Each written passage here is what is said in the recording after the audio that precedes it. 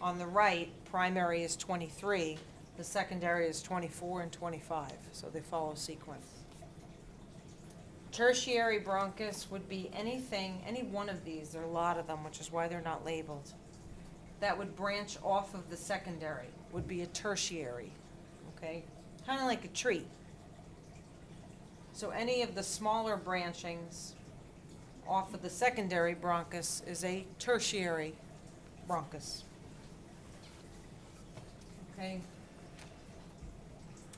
Any of these very small tubes, okay, are bronchioles. Okay? Any of these bronchioles.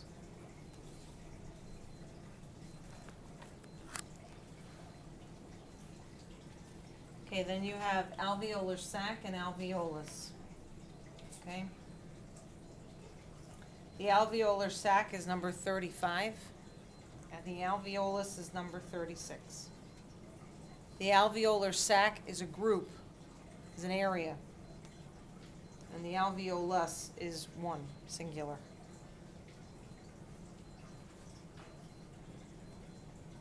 Okay, the lung is number 27. Okay.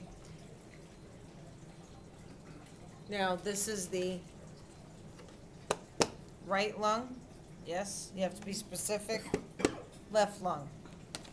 Okay. This is lung. 29 is the diaphragm. Okay. What's the big giant vein? Inferior vena cava. What's that? Descending aorta. Descending thoracic aorta. Dun dun dun. Fun. I reserve the right to ask what 40 is, so tell me that now. To remember that from AMP1.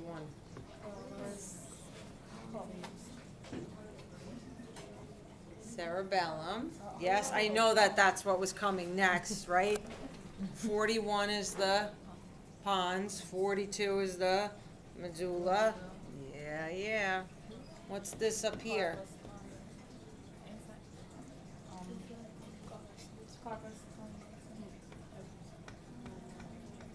It's the third ventricle, thalamus, hypothalamus, pituitary axis. Oh yeah. Fun. Extra credit, right? I do have the right. Of course I have the right. You can see it on here. When you're a nurse and someone says, remember this from AMP1? No, they're not even going to say that. They're just going to point and say, what bone is this? Hyoid bone. You got to remember it all, okay?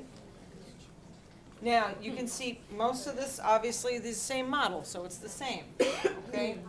I'll point them out on here, but I want everybody to find them when I'm done pointing them out for yourself, because this tends to be more of a challenge when it's not numbered, okay? This gap over here, frontal sinus, yes? Sphenoidal sinus, okay? This is the nares, external nares. These three humps, nasal concha. You have superior, middle, inferior nasal concha, okay? This group of cells back here is the pharyngeal tonsil. Okay, keep in mind where it would be. It's at the back of your nasal cavity. Okay, here's your tongue. So this is the hard palate, soft palate, uvula, palatine tonsil. Okay, this region's the nasopharynx. This region is oropharynx, and this is laryngopharynx. Okay.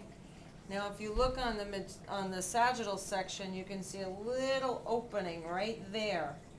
That's the opening to the what? The eustachian tube.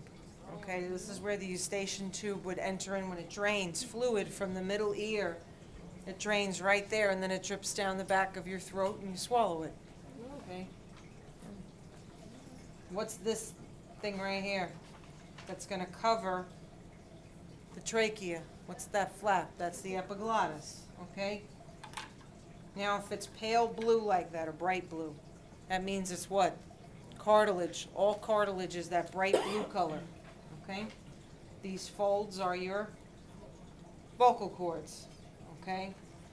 This bone here is the hyoid bone. All right, think about where it would be located, okay?